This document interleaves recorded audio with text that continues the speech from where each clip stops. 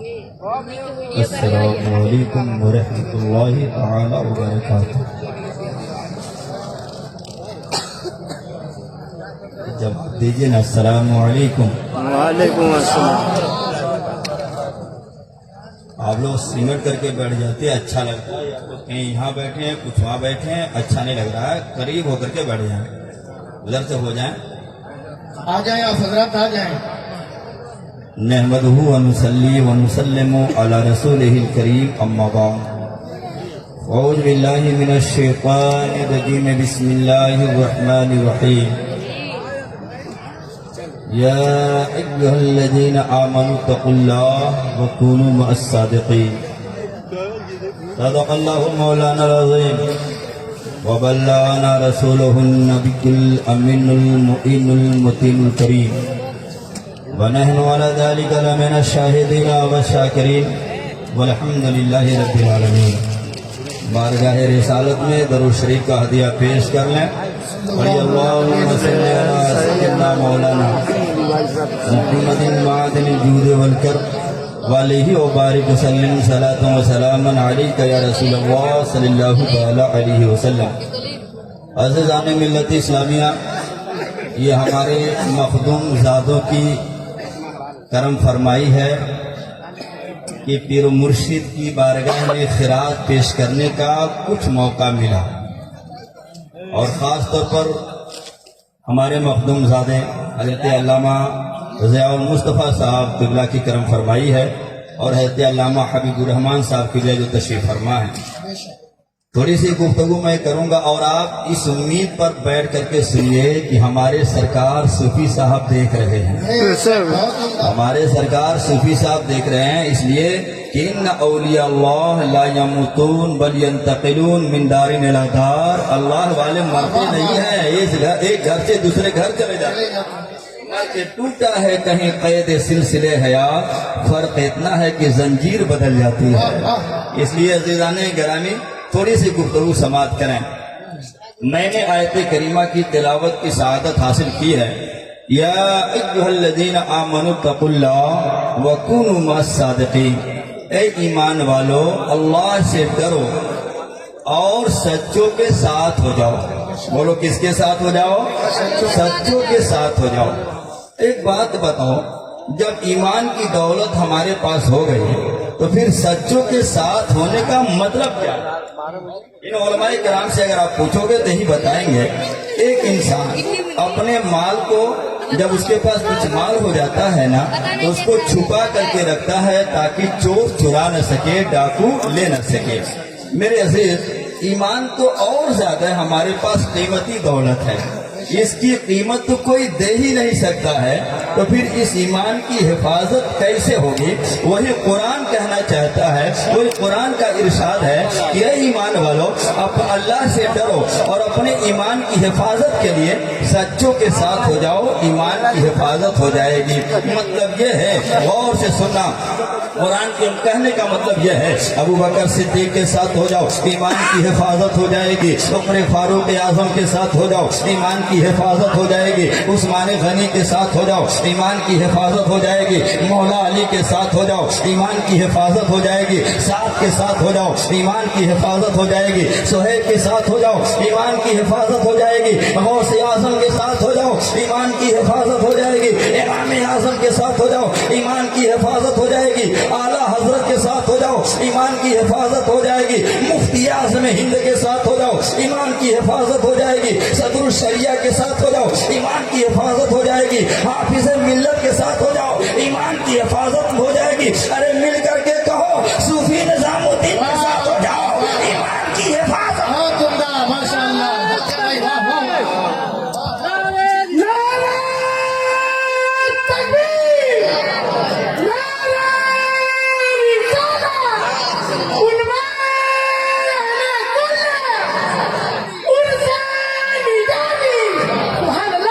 میرے عزیزو، کون ہے صوفی نظام الدین؟ آپ نے میں سے جس نے دیکھا ہوگا, ابھی ہم سے پیشتر خطیب نے بتایا ہے میرے عزیز کون ہے صوفی نظام الدین. یہ نگاہوں نے دیکھا ہوگا کیا چہرہ تھا حضرت صوفی نظام الدین رحمت اللہ تعالیٰ علیہ کا.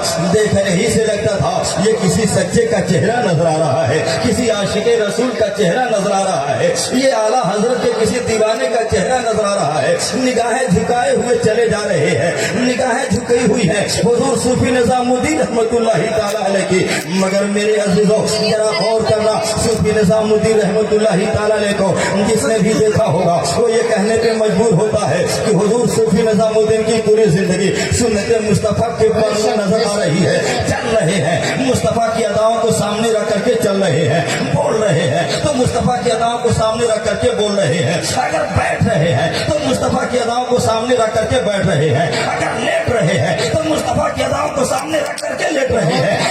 نظامی کو کہنے دیا جائے کون ہے صوفی نظام الدین, جن کا چلنا بولے نبی نبی, جن کا اٹھنا بولے نبی نبی, جن کا سونا بولے نبی نبی, جن کا جاگنا بولے نبی نبی, جن کی نماز بولے نبی نبی, جن کا قیام بولے نبی نبی, جن کی خیرت بولے نبی نبی, جن کے رکوع بولے نبی نبی, جن کے سجدے بولے نبی نبی, جن کی خلوت بولے نبی نبی, جن کی جلوت بولے نبی نبی, جن کی صبح بولے نبی نبی. دیکھنے والا دیکھے تو کہنے پہ مجبور ہو جائے یہ دنیا دار کا غلام نہیں ہے, احمد مختار کا غلام ہے. بہت عمدہ حضرت, بہت عمدہ, لاجواب, ماشاء اللہ. نظام الدین وہ ہے ہمارے پیر و مرشد. میرے عزیز ابھی بتایا ہے نا, ہمارے مولانا ہارون صاحب نے بتایا ہے, صوفی صاحب رحمت اللہ تعالیٰ علیہ کی ایک کرامت کو بتایا ہے. میں نے لکھنے کی کوشش کی ہے, میری ایک کتاب معارف حضور خطیب الراہی یہاں پہ مل رہی ہے میرے عزیز ساتھیوں. اس میں میں نے بتایا ہے یہ بھی ہے, یہ تو میرے گاؤں کی کرامت ہے. میرے ساتھ جو معاملہ آیا اس کو آپ چند منٹوں میں سماعت کر لیں. درود پاک پڑھی اللہم صلی علی مولانا محمد صلاۃ و سلام علیک یا رسول اللہ صلی اللہ تعالی علیہ وسلم. میں 1 منٹ میں ایک چیز اور بتا دینا چاہتا ہوں. مولانا بتا دینا چاہتا ہوں یہ شریعت کیا ہوتی ہے اور تصوف کیا ہے, طریقت کیا ہے, تصوف کیا ہے. یہ تو ہمارے بڑے بڑے علماء آئے ہوئے ہیں, اپنے انداز میں بتائیں گے, مگر ہم اپنے انداز میں ایک بات عرض کر دینا چاہتے ہیں. ایک ہے ظاہری طہارت, ایک ہوتی ہے باطنی طہارت. ایک انسان نماز پڑھنے کے لیے کھڑا ہو اگر تو اس کے لیے ضروری ہے وہ انسان وضو کر لے, وہ انسان ہاتھ کو دھل لے, وہ انسان اپنے چہرے کو دھل لے, وہ انسان سر کا مسح کر لے, وہ انسان پیر کو دھل لے. اسی کو طہارت کہتے ہیں, اسی کو وضو کہتے ہیں. ہاتھ دھل لیا طہارت حاصل ہو گئی, پیر دھل لیا طہارت حاصل ہو گئی, چہرہ دھل لیا طہارت حاصل ہو گئی, سر کا مسح کر لیا طہارت حاصل ہو گئی. اس کو کہتے ہیں ظاہری طہارت. جس سے ظاہر کو سنوارا جائے اسے شریعت کہتے ہیں, اور جسے باطن کو سنوارا جائے اسے طریقت کہتے ہیں, اسے تصوف کہتے ہیں. مطلب یہ ہے ہاتھ صاف ہو گیا, پیر صاف ہو گیا, چہرہ صاف ہو گیا, نماز کے لیے کھڑے ہوئے اور دل کو بھی کینہ سے صاف کرنا, اسی کا نام تصوف ہے. بہت خوب, ماشاء اللہ. حضور صوفی صاحب قبلہ کو دیکھو, ہماری چھوٹی سی بچی جو دوسرے نمبر کی ہے, کنیز فاطمہ اس کا نام ہے. حضور صوفی صاحب قبلہ کی گود میں نے دیا. حضور صوفی صاحب قبلہ نے ایک نظر دیکھ, 5 سال کا عرصہ ہوا, بیمار ہو گئی. میں مہاراج گنج میں پڑھاتا ہوں, گبروا میں میری سسرال ہے. میری بیوی وہیں تھی, روتے پیٹتے لے کے آئے ڈاکٹر کے پاس. ڈاکٹر مردہ کہہ دے, دفن کرنے کی اب ضرورت ہے. مگر ڈاکٹر نے بھرتی کیا, کہا یہ بیماری 7 سال تک آتی رہے گی. کیسا تک بولو, 7 سال تک آتی رہے گی. اسی دن جامعہ نظامیہ شکرولی میں حضور صوفی صاحب قبلہ تشریف فرماتے. سبحان اللہ, ماشاء اللہ, ماشاء اللہ. مجھے بھی مولانا نور الدین صاحب قبلہ دعوت دیے ہوئے تھے, دوستی کی بنیاد پر میں بھی پہنچا ہوا تھا. پوچھا کہاں حضرت کا کمرہ ہے. 2 بجے میں پہنچ گیا. یہاں سے اپنے گھر والوں کو بھیجا, لے جاؤ, اور میں وہیں سے چلا. کوئی اور در نظر نہیں آیا. میں کہتا جا رہا تھا, نہ ہو آرام جس بیمار کو سارے زمانے سے, نہ ہو آرام جس بیمار کو سارے زمانے سے اٹھا لے جائے. تھوڑی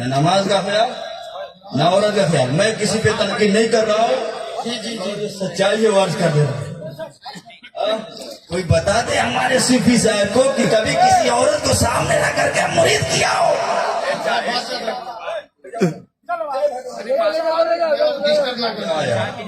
درو شریف پڑھو. اللہم صلی علی سیدنا مولانا محمد مادن الجود والکرم وعلیہ وبارک وسلم. اللہم سلام علیکہ یا رسول اللہ صلی اللہ تعالی علیہ وسلم.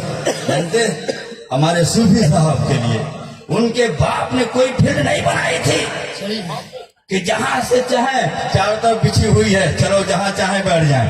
نہیں, صوفی نظام الدین کو ویسے ہی لوگوں نے نہیں مانا. علماء ان کے مرید ہیں, مفتیان کرام ان کے مرید ہیں. بولو بولو, کون ان کے مرید ہیں؟ علماء مرید ہیں, مفتیان کرام ان کے مرید ہیں, علماء کرام ان کے مرید ہیں, طلبا ان کے مرید ہیں. یہ بڑی تنقیدی نظر رکھتے ہیں, یہ علماء بڑی تنقیدی نظر رکھتے ہیں, تب کسی کو جگہ دیتے ہیں دل میں. غور کرنا, علماء نے جب دیکھا تو کہنے پہ علماء مجبور ہو گئے کہ اعلیٰ حضرت کی کرامت کا نام صدر الشریعہ ہے. اعلیٰ حضرت کی کرامت کا نام صدر الشریعہ ہے, اور صدر الشریعہ کی کرامت کا نام حافظ ملت ہے. اور مل کر کے کہو نظامیوں, حافظ ملت کی کرامت کا نام صوفی نظام الدین ہے. نعرہ تکبیر, نعرہ رسالت, فیضان حضور حافظ ملت, عرس نظامی. بہت جواب نہیں ماشاءاللہ, بہت میرے عزیزو, دیکھا علماء نے, حق ہے, حق ہے. کہہ دیا علماء نے کہ اعلیٰ حضرت کا تسلب اگر دیکھنا ہو نظام الدین کو دیکھو. بات ہے. اعلیٰ حضرت کا تسلب اگر دیکھنا ہو صوفی نظام الدین کو دیکھو. مفتی اعظم ہند کا تقوی اگر دیکھنا ہو صوفی نظام الدین کو دیکھو. محدث مروحوی کا اگر تقوی دیکھنا ہو, خوف خدا دیکھنا ہو صوفی نظام الدین کو دیکھو. حافظ ملت کا درد اگر دیکھنا ہو صوفی نظام الدین کو دیکھو. ارے مل کر کے کہو, اگر چلتی پھرتی کتابوں کی لائبریری دیکھنی ہے تو صوفی نظام الدین کو دیکھو.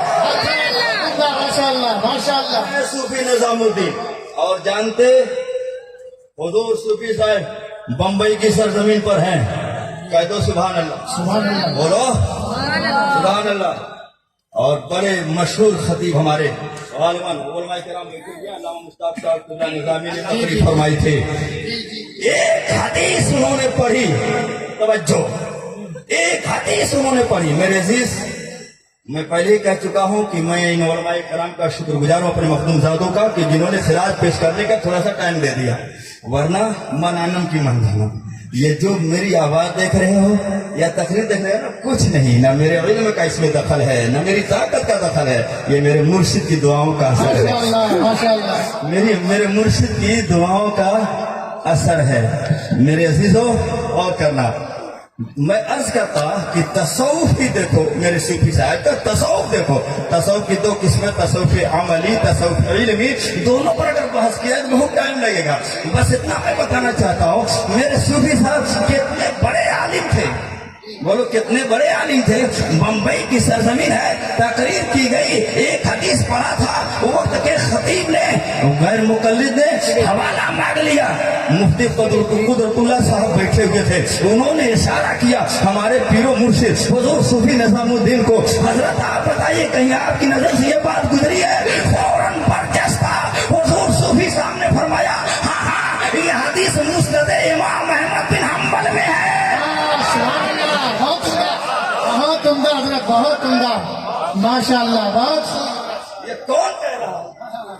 یہ کون کہہ رہا ہے؟ بولو کون کہہ رہا ہے؟ بولو کون کہہ رہا ہے؟ یہ ہمارے صوفی صاحب کہہ رہے ہیں. بولو کون کہہ رہا ہے؟ یہ صوفی صاحب. مگر میرے عزیزوں, لوگوں کی نگاہیں تو دیکھ رہی ہے, بولنے والے یہ صوفی نظام الدین ہے, مگر علم اعلیٰ حضرت کا بول رہا ہے, مفتی اعظم ہند کا بول رہا ہے, محدث مروحوی کا بول رہا ہے, احسن العلماء کا بول رہا ہے. احسن العلماء کی حسین انتخاب کا نام صوفی نظام الدین ہے. سے بات آ گئی, وہ ہمارے پیر و مرشد ہیں. سمجھے, اور دیکھ کر کے جان لیتے تھے میرا مرید کہنا کیا چاہ رہا ہے. میں اپنی بات میں نے کہا نا, میں دوسری بات اپنی بات عرض کروں تو پورا ٹائم ختم ہو جائے گا, مگر ان بزرگوں کا کرم ہے. ہمارے کشی نگر ضلع میں ایک گاؤں ہے مغل ٹولی, سمجھے, حضرت گئے ہوئے تھے, حضرت کے ساتھ وہاں جاتے تھے ہمارے ڈوبا سنجھے مولانا عالمگیر صاحب, جی جی, اور ایک شاید کیا نام تھا اس کا, یہ جاتے تھے. میرا نمبر تھا, تقریر کر کے میں آ گیا. میں سوچا تقریر تو کر لیا, یہ موقع بار بار نہیں ملتا ہے, کم کم صفی صاحب کے چہرے کو تو دیکھنے کو مل جائے. میں آیا سیدھے حضرت جہاں آرام کر رہے تھے وہاں آ گیا. اچھا, مولانا حبیب الرحمان صاحب قبلہ بھی تھے, سو گئے تھے, اور کی جگہ یہ بھی سو گئے تھے, مولانا عالمگیر بھی سو گئے تھے, اور جو خارم کا بھی سو گیا تھا, حضرت بھی آرام کر رہے تھے. میں حضرت کے چہرے کی جانب بیٹھ کر کے اور چہرے کا مطالعہ کر رہا تھا, دیدار کر رہا تھا. تھوڑی دیر کے بعد حضرت بیدار ہوئے. حضرت نے مجھے قریب بلایا, آؤ. میں آیا, کہا میں استنجا کروں گا. میں نے کہا جی ہوگا. جا کر کے میں صاف کیا, لے کر کے گیا. کوئی خادم بھی نہیں اٹھی, میں لے کر کے گیا, استنجا فرما لی, آئے تہجد کی نماز پڑھی. سبحان اللہ, تہجد کی نماز پڑھی. پھر دلائل الخیرات پڑھنے لگے. سبحان اللہ, کیا پڑھنے لگے بولو, دلائل الخیرات شریف پڑھنے لگے. میں بیٹھے بیٹھے سوچا بزرگوں سے سنا ہوں دلائل الخیرات کے بارے میں, کاش حضرت مجھے اجازت دے دے. اپنے کو ایک جانب اپنے کو دیکھ رہا تھا, ایک جانب صوفی صاحب قبلہ کو دیکھ رہا تھا. میں اس لائق نہیں کہ کیسے کو سرکار اجازت دے دیجئے. ہاں, دامن پھیلانے والوں میں بھی کھڑا ہوں, نہ جانے کب برس جائے میری جانب. سوچ کر کے میں بار بار چہرہ دیکھتا. اچھا, حضرت نے بلایا قریب, جیسے سوچا میں بیٹھا تھا یہاں تھوڑی دوری پر حضرت سوئے ہوئے, بلائے آؤ. جیسے بلائے میں سوچا اب تو مراد پوری ہو گئی. میں نے سوچا اب تو مراد, بولو, مراد پوری ہو گئی. مر بلا کر کے پھر کہا جاؤ چلو بیٹھو. میں سوچا اس کے دل سے پوچھیے ناکامیوں کی لذت ہے, جو مسافر لٹ گیا ہو جا کے منزل کے قریب. میں سمجھا حضرت دے دیں گے, اب تو حضرت بھیج دے رہے ہیں. پھر جا کر کے جیسے بیٹھا, سر کو نیچے کیے ہوئے ہوں. پھر تھوڑی دیر کے بعد اٹھایا میں سر, پھر حضرت نے اشارہ کیا, آؤ, ہاتھ سے بھی اور زبان سے بھی آؤ. میں گیا, کہا اس کو پڑھو گے؟ ہم نے کہا ہاں حضور پڑھنا چاہتا. کہا میں تمہیں اجازت دیتا ہوں, اسے پڑھو. ماشاءاللہ, میں اجازت دیتا ہوں, اسے پڑھو. مجھے کہنے لینے دیا جائے, اور پیر ہوں گے جن کی نظر مرید کی چہرے پر ہوتی ہے. میرے پیر مرشد دل کی نظر چہرے پر نہیں ہوتی ہے, مرید کے دل پر ہوا کرتی ہے. ماشاءاللہ صوفی صاحب ہیں میرے عزیزو, یہ سوچ کر کے بیٹھو, برسے گا تمہیں ملے گا. بولو بولو بولو, برسے گا تمہیں ملے گا. کہہ دو سرکار دیکھے ہوئے زمانہ ہو گیا. بولو, کہہ دو دیکھے ہوئے سرکار زمانہ ہو گیا. سرکار دعا کر رہے ہیں, دعا قبول نہیں ہو رہی ہے. سرکار آپ ہاتھ اٹھا دیں, آپ ہاتھ اٹھا دیں گے ہماری قسمت سنور جائے گی. آپ ہاتھ اٹھا دیں گے ہمارا مقدس سنور جائے گا. آپ ہاتھ اٹھا دیں گے ہماری دنیا بھی آخرت بھی دونوں سنور جائیں گے. یہ چند کلمات جو میں نے بیان کیے, اللہ اسے شرف قبولیت عطا فرمائے. جتنے اچھے جملے نکلے میرے مولا, یہ تیرے کرم کی وجہ سے نکلے ہیں, تیرے فضل کی وجہ سے نکلے ہیں, میرے پیر و مرشد کی دعا کی وجہ سے نکلے مولا. اور اگر کوئی غلط جملہ نکلا مولا, میری کوتاہی کی وجہ سے, میری کم علمی کی وجہ سے مولا نکلا ہوگا مولا, اس میں کوئی ایسا